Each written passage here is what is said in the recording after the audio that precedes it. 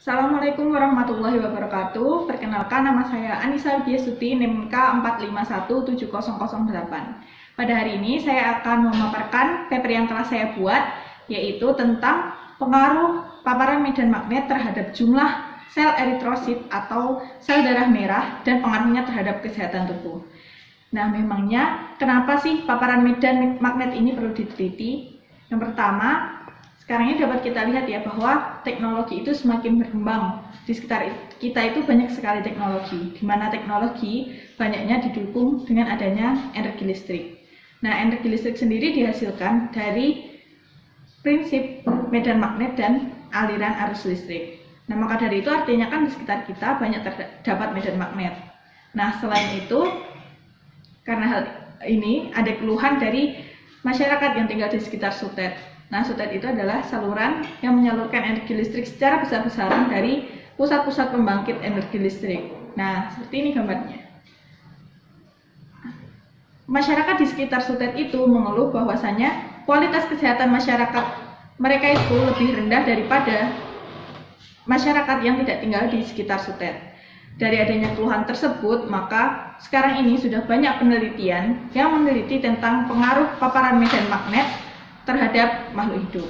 Nah, salah satunya ini penelitian yang dilakukan oleh Kusuma, Putu, dan Nengah pada tahun 2014, yaitu meneliti tentang pengaruh paparan medan magnet terhadap jumlah sel eritrosit atau sel darah merah pada tikus putih. Pada penelitian ini, yaitu untuk mengukur jumlah eritrosit pada tikus putih, yaitu sebelum pemaparan, setelah pemaparan, dan setelah pemulihan. Untuk pemaparannya itu menggunakan kumparan 500 ml dan kumparan 765 ml. Untuk waktu pemaparannya sendiri itu memakan waktu 3 hari, di mana 1 harinya itu dilakukan pemaparan selama 6 jam. Kemudian untuk waktu pemulihannya yaitu selama 5 hari. Dapat dilihat dari grafik, baik ini ya, pada paparan medan magnet kumparan 500 ml maupun kumparan 765 ml. Pada garis biru itu menunjukkan jumlah sel eritrosit sebelum pemaparan, pada garis merah menunjukkan jumlah sel eritrosit setelah pemaparan, dan pada garis hijau menunjukkan sel eritrosit setelah pemulihan. Nah, dapat dilihat dari kedua grafik tersebut sama-sama menghasilkan hasil penelitian bahwasanya ada kelompok tikus yang jumlah eritrositnya justru meningkat pada saat diberi paparan medan magnet ini. Ada pula kelompok tikus yang justru jumlah eritrositnya menurun saat terkena paparan medan magnet ini. Nah, walaupun adanya peningkatan penurunan jumlah eritrosit tadi, tetapi setelah dihitung ternyata mayoritas tikus putih itu sebanyak 71,43% tikus itu mengalami penurunan jumlah sel eritrosit.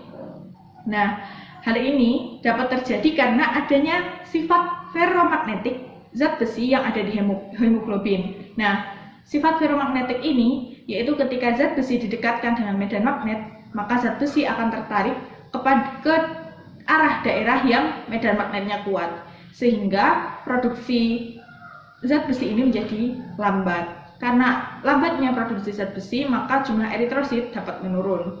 Nah, kita sendiri tahu penurunan jumlah eritrosit atau penurunan jumlah sel darah merah ini sering kita sebut dengan anemia. Karena anemia ini disebabkan adanya perlambatan produksi zat besi, maka biasa disebut dengan anemia defisiensi besi. Nah, kalau anemia sendiri itu biasanya menimbulkan beberapa gejala seperti mudah lelah, lesu, lemah, dan kadang itu menimbulkan gejala seperti sakit kepala. Nah, kesimpulannya, berarti paparan medan magnet ini merugikan makhluk hidup karena dapat menurunkan jumlah eritrosit pada tubuh makhluk hidup tersebut. Hal ini juga karena ketika jumlah eritrosit menurun akan menyebabkan gangguan kesehatan seperti anemia. Terima kasih. Wassalamualaikum warahmatullahi wabarakatuh.